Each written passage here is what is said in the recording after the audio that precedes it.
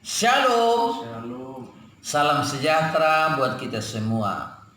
Hari ini hari Minggu tanggal 10 bulan 5 tahun 2020. Masih tetap kita tidak bisa beribadah di gereja bersama-sama karena COVID-19 Corona. Namun kita semua anak-anak Tuhan tetap harus setia beribadah kepada Tuhan. Dan hari ini kita akan lihat satu kebenaran firman Tuhan yang terdapat dalam Pengkhotbah 9 ayat 4 sampai 12. Ya. Tetapi siapa yang termasuk orang hidup mempunyai harapan, karena anjing yang hidup lebih baik daripada singa yang mati. Karena orang-orang yang hidup tahu bahwa mereka akan mati, tetapi orang yang mati tak tahu apa-apa. Tak ada upah lagi bagi mereka, bahkan kenangan kepada mereka sudah lenyap. Baik kasih mereka maupun kebencian dan kecemburuan mereka sudah lama hilang. Dan untuk selama-lamanya tak ada lagi bagian mereka dalam segala sesuatu yang terjadi di bawah matahari. Mari, makanlah rotimu dengan sukaria dan minumlah anggurmu dengan hati yang senang. Karena Allah sudah lama berkenan akan perbuatanmu. Biarlah selalu putih pakaianmu dan jangan tidak ada minyak di atas kepalamu. Nikmatilah hidup dengan istri yang kau kasih seumur hidupmu yang sia-sia, yang dikaruniakan Tuhan kepadamu di bawah matahari. Karena itulah bahagianmu dalam hidup dan dalam usahamu yang engkau lakukan dengan jerih payah di bawah matahari. Segala sesuatu yang dijumpai tanganmu untuk dikerjakan, kerjakanlah itu sekuat tenaga. Karena tak ada pekerjaan, pertimbangan, pengetahuan, dan hikmat dalam dunia orang mati. Kemana engkau akan pergi? Lagi aku melihat di bawah matahari bahwa kemenangan perlombaan bukan untuk yang cepat, dan keunggulan perjuangan bukan untuk yang kuat. Juga roti bukan untuk yang berhikmat, kekayaan bukan untuk yang cerdas, dan karunia bukan untuk yang cerdik cendekia. Karena waktu dan nasib dialami mereka semua. Karena manusia tidak mengetahui waktunya, seperti ikan yang tertangkap dalam jala yang mencelakakan, dan seperti burung yang tertangkap dalam jerat, begitulah anak-anak manusia terjerat pada waktu yang malam. Kalau hal itu menimpa mereka secara tiba-tiba. Amin. Amin. Kita melihat di sini dalam Pengkhotbah 9 ayat 4 sampai 12 ini bagaimana Tuhan memberitahukan berbicara tentang manusia yang hidup.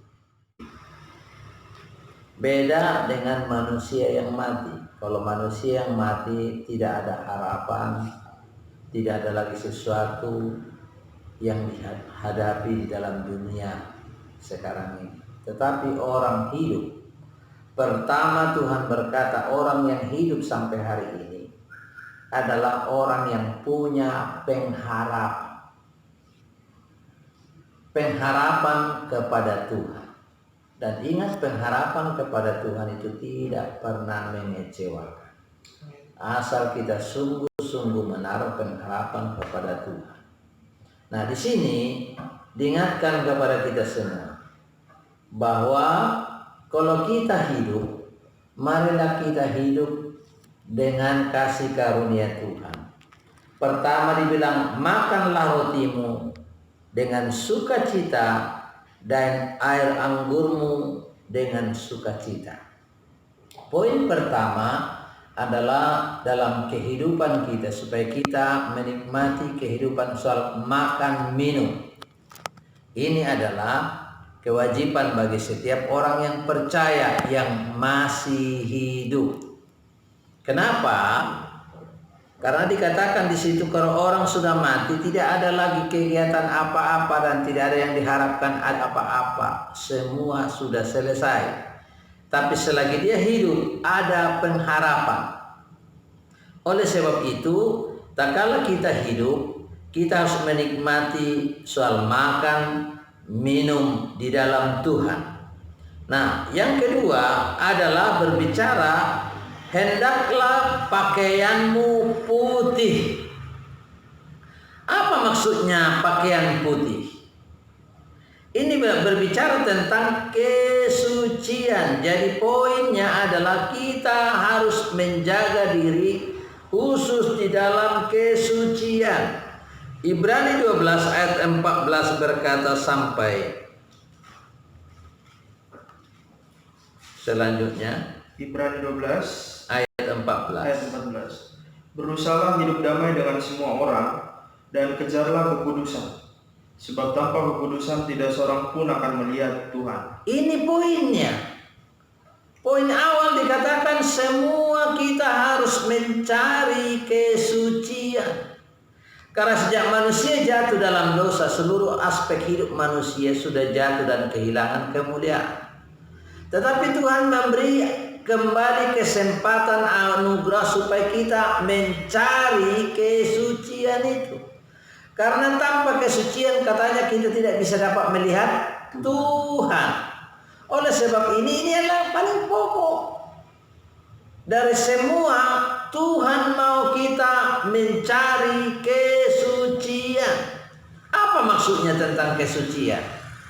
Nah, kalau kita melakukan kebenaran dan kita mau ditahirkan, dikuduskan, sama seperti orang percaya, di saat dia mulai percaya dan menerima Tuhan menjadi Tuhan dan Juru Selamat, dia harus bertobat. Dia harus dipenuhi Roh Kudus. Dia harus dibaptis. Supaya semua mereka melakukan kebenaran. Itu mulai berjalan dalam kesucian. Karena 1 Petrus 4 atau 1 Petrus 1 ayat 15 sampai 16 berkata, 1 Petrus 1 ayat 15. Tetapi hendaklah kamu menjadi kudus di dalam seluruh hidupmu, sama seperti Dia yang kudus yang telah memanggil kamu. Sebab ada tertulis, kuduslah kamu, sebab aku kudus. Ini mutlak diminta oleh Tuhan supaya semua kita harus menguduskan diri. Dengan cara apa tadi? Yaitu dengan poin-poin yang pertama tadi. Kita harus bertobat, kita harus dipenuhi Roh Kudus, kita harus dibaptis, kita harus percaya dan menerima Dia menjadi Tuhan dan Juru Selamat. Supaya semua kita ditahirkan, dikuduskan hari ke hari, menuju kepada keselamatan yang pasti. Wahyu 22 ayat 14 berkata, Wahyu pasal 22 ayat yang ke-14. Berbahagialah mereka yang membasuh jubahnya, mereka akan memperoleh hak atas pohon-pohon kehidupan dan masuk melalui pintu-pintu gerbang ke dalam kota itu. Jadi perlu tahu, jubah berbicara pakaian. Dan Tuhan berkata harus disucikan, dibasuh. Tadi dikatakan hendaklah pakaianmu apa? Putih. Maksudnya supaya dia nanti jangan telanjang, jangan melihat kemaluannya, tapi dia betul-betul. Dan itu baju putih tadi itu juga betul-betul harus yang datangnya dari Tuhan, ditahirkan oleh Tuhan seperti jubah tadi. Pasal 7 ayat 13 berkata, Wahyu pasal 7 ayat yang ke-13 sampai 14. sampai 14. Dan seorang dari antara tua-tua itu berkata kepadaku, siapakah mereka yang memakai jubah putih itu dan dari manakah mereka datang? Maka kataku kepadanya, Tuanku, Tuhan mengetahuinya. Lalu ia berkata kepadaku, mereka ini adalah orang-orang yang keluar dari kesusahan yang besar, dan mereka telah mencuci jubah mereka dan membuatnya putih di dalam darah anak domba. Kita melihat berbicara kembali masalah pakai jubah putih. Pakai jubah putih yang bercahaya. Jadi nanti tidak ada warna lain selain yang putih dan bercahaya di hadapan Tuhan. Baik juga Yohanes Rasul melihat orang-orang yang ada di sorga itu semua jubah putih. Luar biasa. Ayat pasal 3 ayat 5 pun berkata apa di situ? Pasal 3 ayat 5, barang siapa menang ia akan dikenakan pakaian putih yang demikian. Aku tidak akan menghapus namanya dari kitab kehidupan, melainkan aku akan mengaku namanya di hadapan Bapakku dan di hadapan para malaikat. Luar biasa. Jadi semua orang yang menang pasti dapat apa? Jubah putih. Ingat, jubah putih. Tidak ada warna lain nanti di sorga. Semua jubah putih. Oleh sebab itu mari kita mulai benahi diri, mempersiapkan diri supaya bagaimanapun jubah kita warna-warni tak kalah ditahirkan, dikuduskan, kita semua menjadi putih bersih di hadapannya. Itulah yang dikatakan tadi, hendaklah biarlah pakaianmu putih. Jadi ini sudah ditentukan semua orang berjubah putih nanti. Terus dikatakan di dalam pengkhotbah tadi itu adalah biarlah minyak tetap ada di kepalamu. Lihat, apa yang maksudnya dengan minyak? Minyak berbicara tentang pengurapan baru. Minyak juga berbicara tentang otoritas. Minyak juga berbicara tentang wibawa. Dan ini harus dimiliki orang percaya. Dikatakan harus ada minyak di kepala, supaya kita semua ada di dalam kebenarannya. Jadi urapan itu penting. Makanya kita harus perlu terus diurapi oleh Tuhan, supaya kebenaran itu makin nyata di tengah-tengah seluruh kehidupan kita. Jadi betapa penting urapan baru. Sampai di akhir zaman pun selalu berbicara tentang urapan baru. Dan setiap orang mengalami urapan baru, perkara-perkara ilahi yang baru pun akan muncul di tengah-tengah kehidupan. Yang ketiga, tadi dikatakan tak kalah kita makan roti dan minum air minum dengan sukacita. Kedua, putih pakaianmu. Ketiga tadi adalah minyak ada di kepala. Yang keempat adalah kenikmatan. Berbicara nikmatilah hidup dengan istrimu. Yang di luar dari orang yang tidak punya istri, beda ceritanya nih. Tapi kenyataannya semua nanti orang dikatakan bahwa nikmatilah hidup dengan istri di masa mudamu. Dan Alkitab katakan istri hanya satu, kecuali ada kematian bisa diganti. Ingat, istri hanya satu. Sekarang begitu banyak permasalahan di tengah-tengah keluarga, khususnya masalah suami istri. Ada orang udah 2 dan 3 istrinya. Bahkan ada lagi yang mengerikan kehidupannya. Padahal Alkitab katakan hanya satu istri. Kecuali ada kematian bisa diganti. Nah, oleh sebab itu, mari kita lihat bahwa kenikmatan suami istri ini kita nikmati sampai masa tua. Dan yang kelima dikatakan di situ, kerjakanlah pekerjaan yang kau temui dimanapun berada sekuat tenaga. Jadi maksudnya sini jangan ada yang malas di tengah-tengah hidup kita. Harus kita rajin melakukan sesuatu. Apa saja yang kita kerjakan, Tuhan pasti buat berhasil. Yang penting kita ada di dalam kerajinan. Tahu arti rajin? Karena pepatah berkata, rajin pangkal pandai.